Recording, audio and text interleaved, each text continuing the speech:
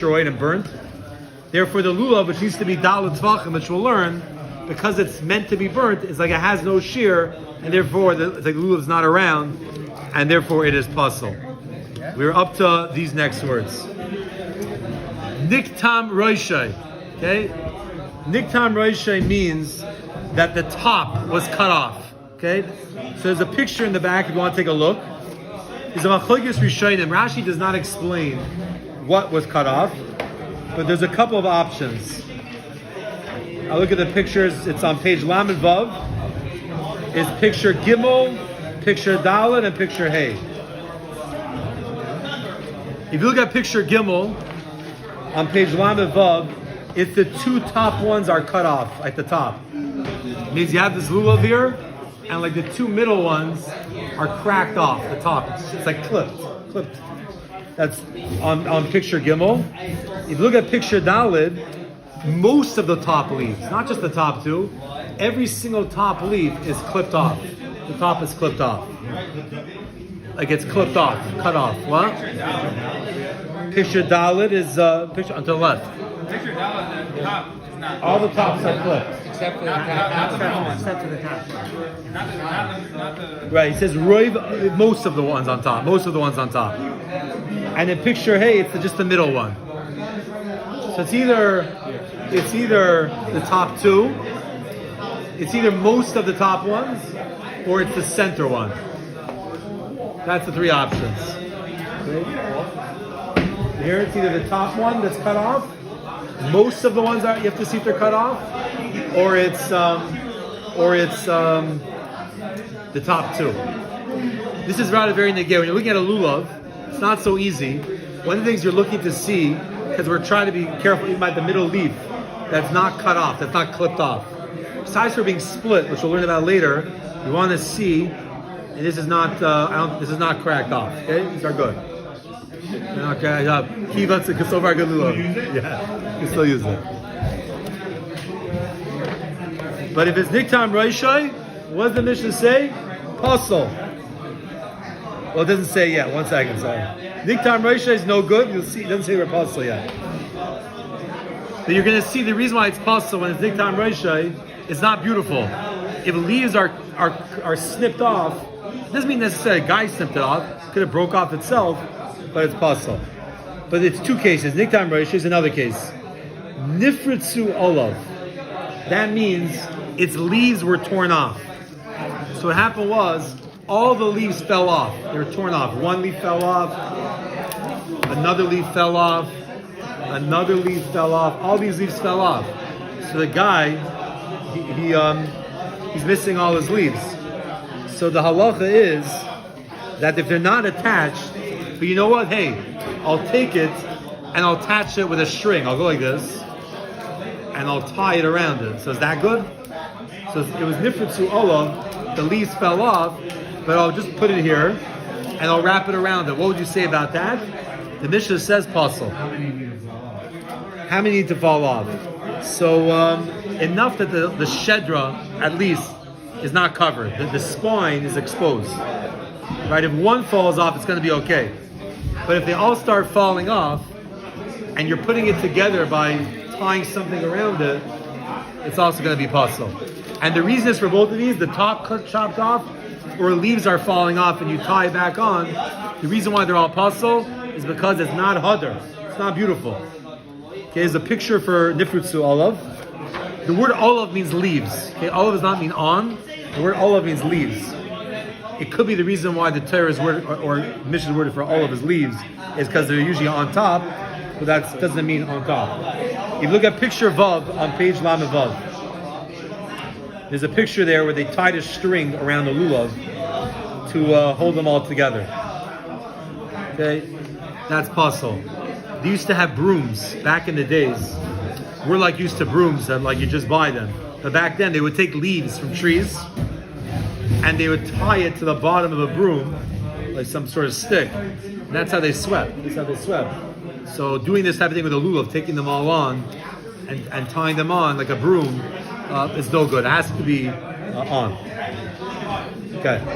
Those are two issues. The reason why they're in the same category, because they're things that happen to the leaves of the lulav.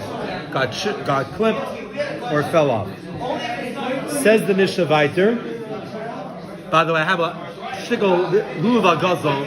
Anybody learn Mishnayos by yahrzeits when they have a yahrzeit with their family? Mishnayos? Am I the only one that does that? Grandparents yahrzeits.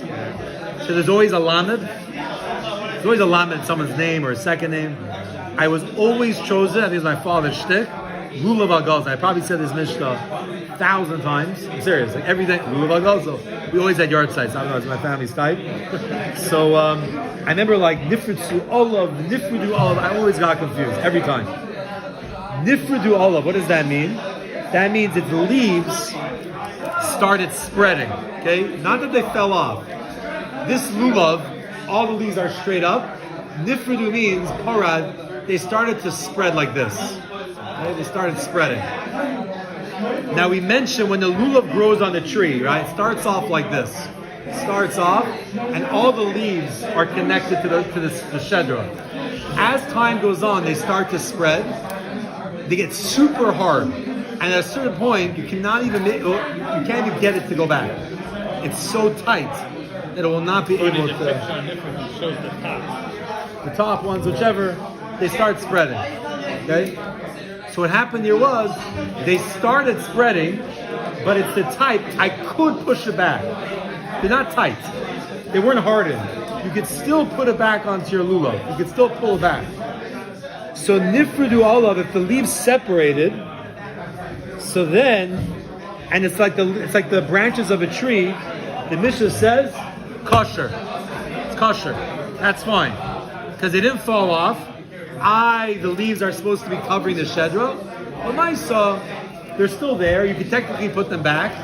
So therefore, the lulav is kosher. What? Oh, Danny's asking, is it lechatchila? So, the way the Mishnah phrases it sounds like kosher. It's totally fine. It's not lechatchila. Very good. It's not lechatchila. It's better to have a lulav where it's the leaves are totally connected to the shedra like this. Much better. And you'll see Rabbi Yehuda argues. Rabbi Yehuda says, Yagdenu milmala. Rabbi Yehuda says, I agree with you, it's fine, but only if you tie it together. If you tie it at the top, that all the leaves stay straight, then it's okay. You want the leaves to be up against the shedra like this lulav. The first Tanakhama said, no, as long as they spread, but technically I could put it back, could push it and tie something around it. But according to Rabbi Yehuda, it's only if you tie it back together. And we have a picture. It's on page Lamed Zayin. And it's picture Yud and Yud Aleph. Page Lamed Zayin, the pictures, picture Yud and Yud Aleph. Picture Yud, you see the leaves are starting to spread. And then Yud Aleph, if Yehuda holds, you should tie it. Only if you tie it together, then it's going to be good. But if you leave them spread out, it's not going to be good. Do you hear me well? Yeah, 100%? You hear me? Okay. Fine. Next case of the Mishnah. Tzine har habarzel. What does that mean? So tzine is another word for a palm tree. Why they're called tzines, I don't know. But the palm trees on Har HaBarza, which is a place called Iron Mountain. I don't know why it's called Iron Mountain. Could be it's a ski resort. I know in Toronto it's called Blue Mountain. That was like a famous place. Everyone went skiing. Shuldav, you went to Blue Mountain? Not skiing. So in Toronto, everyone goes to Blue Mountain. It's like, what's the creek one here called? Mountain Creek? Mountain Creek? So it's like Iron Mountain. If I had a ski resort, I'd call it Iron Mountain. So the palm trees of Iron Mountain, the Mishnah says, ksheris, are kosher.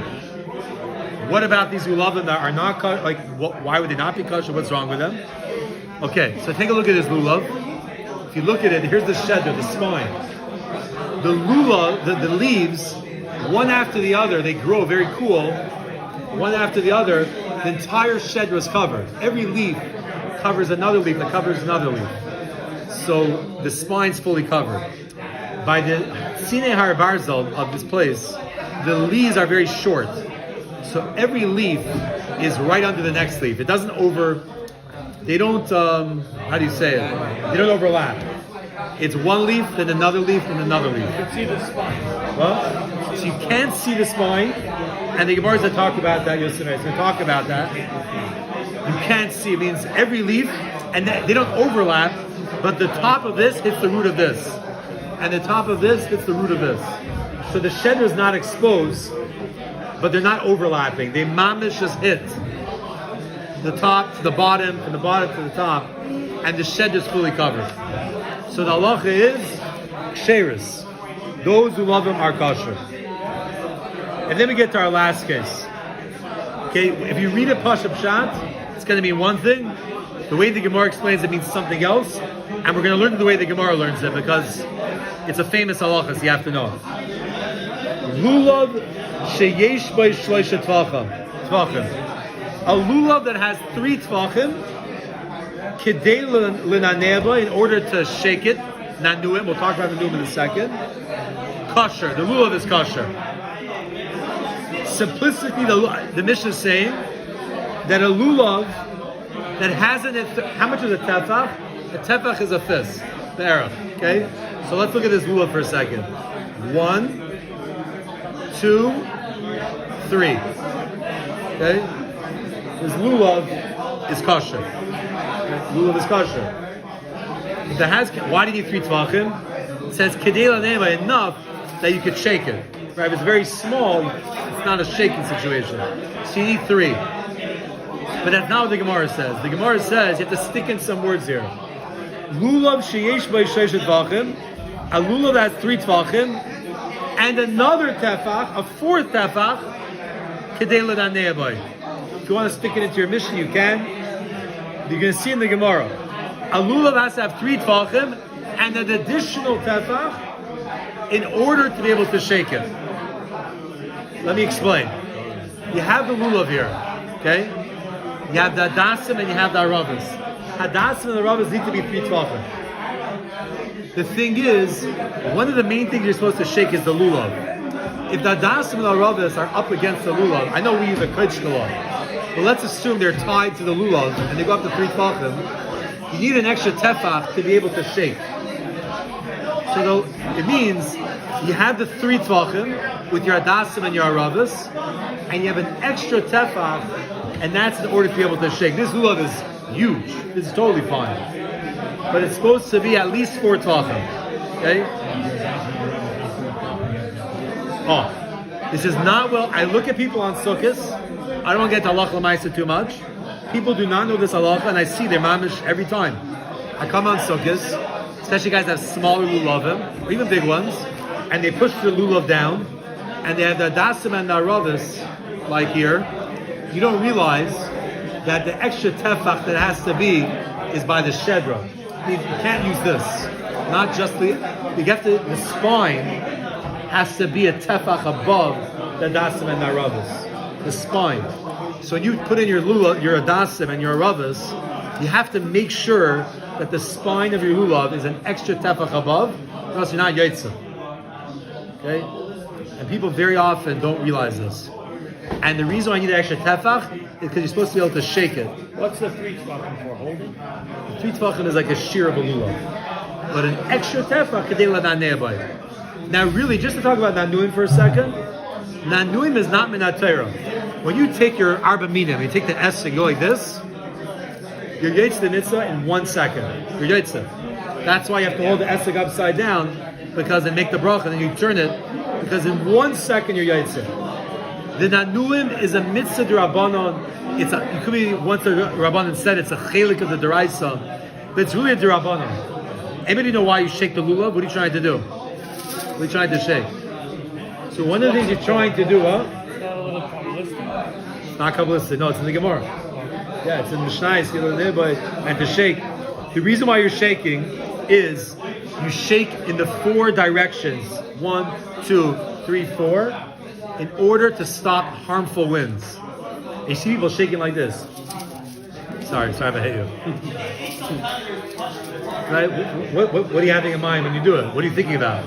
I'm thinking about to stop the harmful winds that happen to us.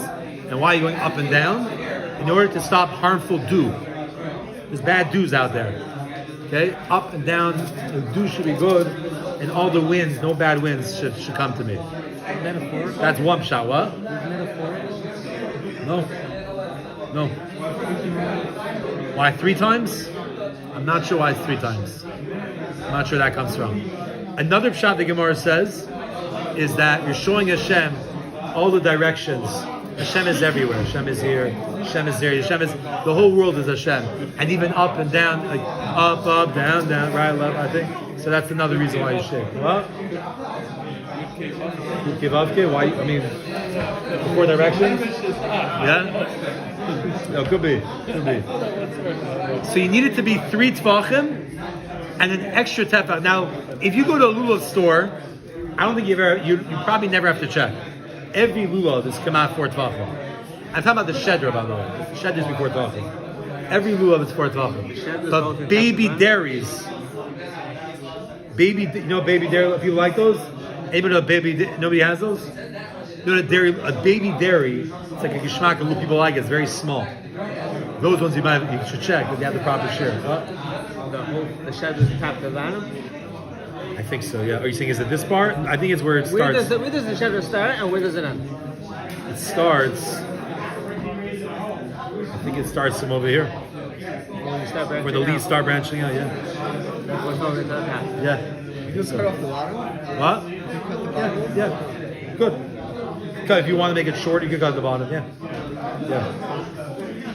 So that is. That's about the shear of the lulav. When the Mishnah said earlier that asher your nidachas is bustle because it has to be burned because the lulav has a shear. It's not just any lulav. It has to be dal tvachim. And if you don't have, if it has to be burned, then you don't have the shear. Therefore, it's bustle. Stop over there. Is it loud enough? I don't know if it's loud enough. Yeah? So she able to hear probably?